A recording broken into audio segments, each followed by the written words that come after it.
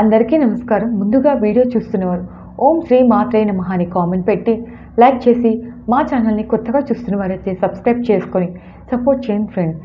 July 25 అనగా శుక్రవారం నుండి మొదటి శ్రావణ శుక్రవారం ప్రారంభం కాబోతుంది. ఈ మాసం లక్ష్మీదేవికి అత్యంత ప్రీతికరమైనదిగా ఈ మాసంలో లక్ష్మీదేవిని భక్తి శ్రద్ధలతో పూజిస్తారు. 2025 జూలై 25తో శ్రావణ మాసం ప్రారంభం అవుతుంది. ఈ శ్రావణ మాసం శుక్రవారంతో ప్రారంభం అవుతుంది కనుక చాలా శక్తివంతమైన రోజుగా పరిగణించవచ్చు. శ్రావణ మాసంలో వచ్చే ప్రతి శుక్రవారం లక్ష్మీదేవికి అంకితం చేయబడింది. వైకుంఠాన్ని వదిలి భూలోకానికి వచ్చిన తన భక్తులను చేసే పూజలను వీక్షిస్తున్నా ఆరగిస్తూ ఎంతో సంతోషపడిపోయిన తన భక్తులపై కోరినవి వరాల జలుగా కురిపిస్తుందట. మరి ఇంతటి శక్తివంతమైన ఈ శ్రావణ మాసంలో ప్రతి శ్రావణ శుక్రవారం రోజున లక్ష్మీదేవికి ఇష్టమైన విధంగా మీ ఇంట్లో పూజ చేసుకుంటే చాలు, ఆ అమ్మవారు పూజలకు పొంగిపోయి మీ ఇంటిపై అష్టైశ్వర్యాలు కురిపిస్తుంది. అది ఎలాగో అన్నది ఈ వీడియోలో తెలుసుకుందాం. శ్రావణ మాసంలో వరలక్ష్మి వ్రతమే చాలా ముఖ్యమైనది. ఆ శుక్రవారం అమ్మవారిని బాగా పూజించాలి అని అనుకుంటారు. కానీ ఆ శుక్రవారం ఏం కాదు, మిగిలిన శుక్రవారం కూడా అమ్మవారికి ఇష్టంగానే పూజ చేసుకుంటే చాలా చాలా మంచిది. కొంతమంది వారం అంటే పౌర్ణమికి ముందు వచ్చిన శుక్రవారం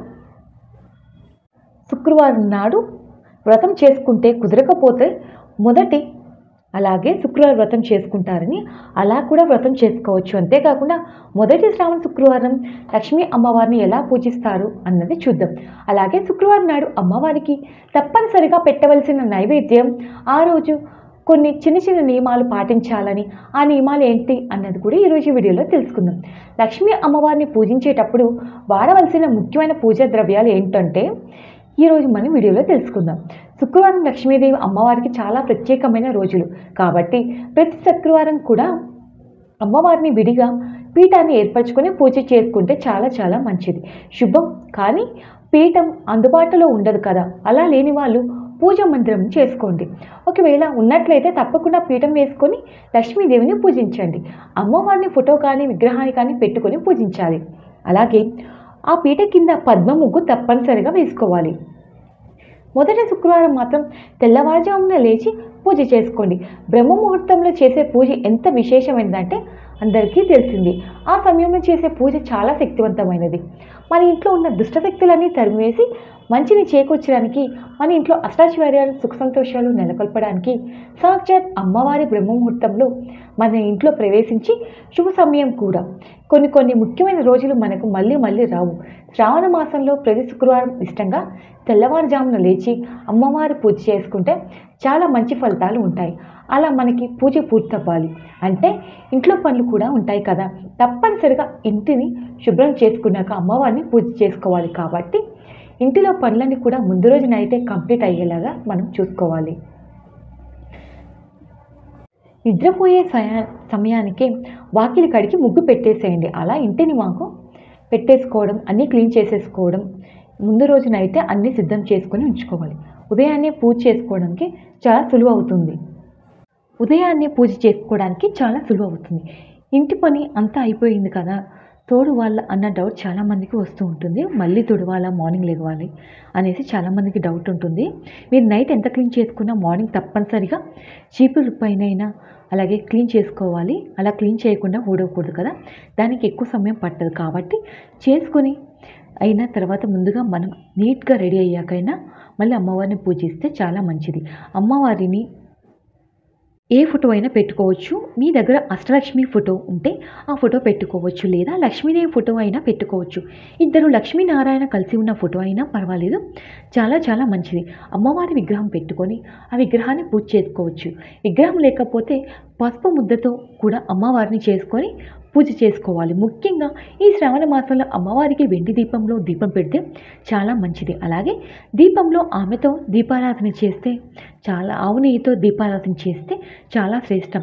దీపారాధన కుదిరిన పక్షాన ఏదైనా అలాగే పూజ ఎలా చేసుకోవాలో చూద్దాం, మనకి శుభం జరుగుతుంది. ఒకవేళ ఆ పూజ చేయడం రాని వాళ్ళు అష్టోత్తరంతో పూజ చేసుకోవచ్చండి. ఈ రెండైనా సరే చదువుకొని అమ్మవారికి తప్పకుండా పూజ అయితే చేయాల్సి ఉంటుంది. అమ్మవారి దగ్గర ఉంచుతూ అష్టోత్తరం చేసుకోవాలి. లేదంటే అక్షింతలతో చేస్తే అమ్మవారికి ఎదురుగా విగ్రహం ఉన్నట్లయితే డైరెక్ట్గా విగ్రహాల పాదాల దగ్గర కుంకుమ వేస్తూ అష్టోత్తరం చేసుకోవచ్చు. ఒకవేళ లేకపోతే గౌరీదేవి పైన కొంచెం కొంచెం కుంకుమ వేసుకుంటూ అష్టోత్తరం చేసుకోవచ్చు. అలాంటి వాళ్ళు అష్టోత్తరం ఒకటి చదువుతుంటే సరిపోతుంది. అమ్మ పారాయణ అంటే చాలా ఇష్టమని, అందులో ముఖ్యమైనది కనకదార సూత్రం. తప్పకుండా ఇంట్లో ఆర్థిక పరిస్థితి మెరుగుపడుతుంది.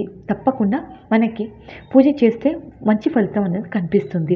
వీలైతే శ్రావణ మాసంలో ఈ 4 శుక్రవారాలు కూడా లక్ష్మీదేవి అష్టోత్తరం చదువుకోండి. వీలైతే 108 పువ్వులు ఉన్న వాళ్ళైతే ఆ పువ్వులు వేస్తూ అమ్మవారి దగ్గర ఉంచుతూ అష్టోత్తరం చేసుకోవాలి. లేదంటే అక్షింతలతో చేసే అమ్మవారికి ఎదురుగా విగ్రహం ఉన్నట్లయితే నేరుగా అమ్మవారి విగ్రహం పాదాల దగ్గర కుంకుమ వేస్తూ అష్టోత్తరం చేసుకోవచ్చు.